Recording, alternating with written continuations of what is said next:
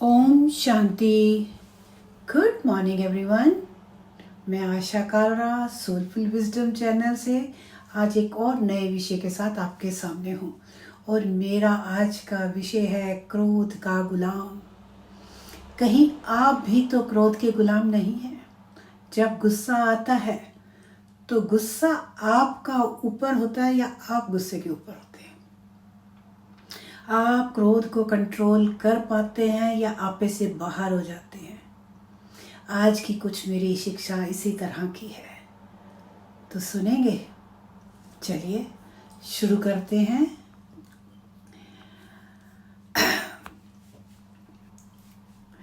क्रोध का गुलाम कैसे?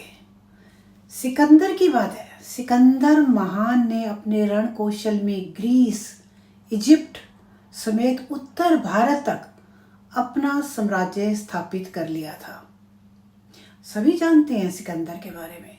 सालों से युद्ध करती सिकंदर की सेना बहुत थक चुकी थी और अब वो अपने परिवारों के पास वापस लौटना चाहती थी। सिकंदर को भी अपने सैनिकों की इच्छा का सम्मान करना पड़ा और उसने भी भारत से लौटने का मन बना लिया। चलिए, पर जाने से पहले वह किसी ज्ञानी व्यक्ति को अपने साथ ले जाना चाहता था।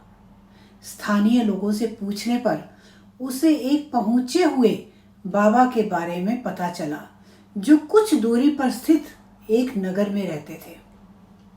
सिकंदर दल बल के साथ वहां पहुंचा। बाबा निवस्त्र एक पेड़ के नीचे ध्यान लगाकर बैठे थे। सिकंदर उनके ध्यान से बाहर आने का इंतजार करने लगा।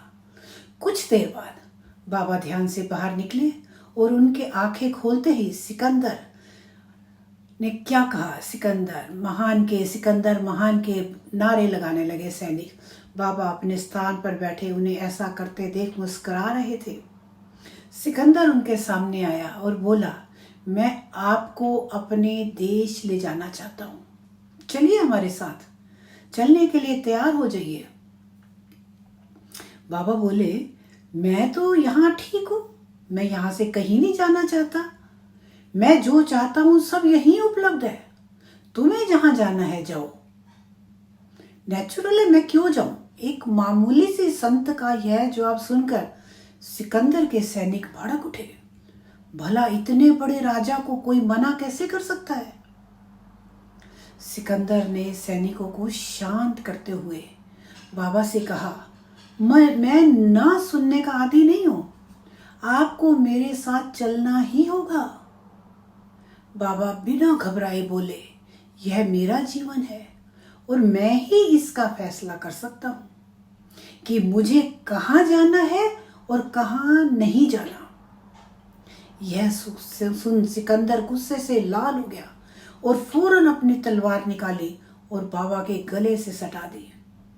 अब क्या बोलते हो, मेरे साथ चलोगे या मौत को गले लगाओगे? क्या चाहोगे? बाबा अब भी शांत थे। बोले, मैं तो कहीं नहीं जा रहा।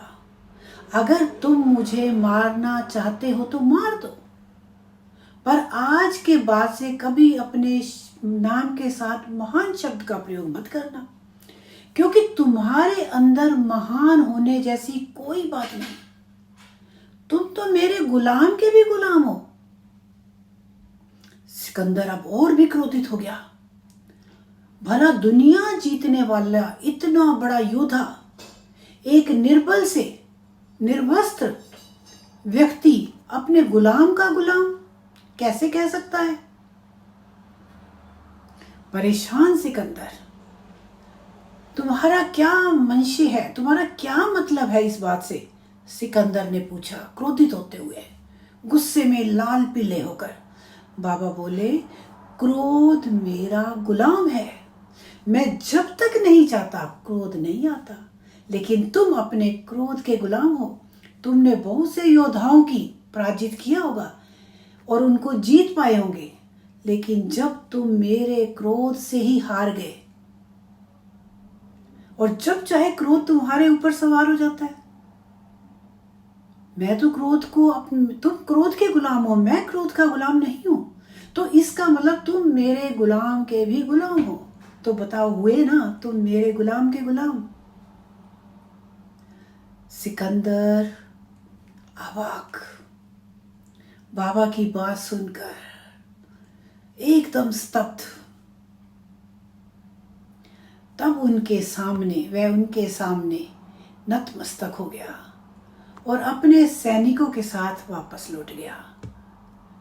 तो कहना क्या है, कहा भी जाता है ना कि क्रोध को कंट्रोल करने वाला सच्चा धार्मिक इंसान है।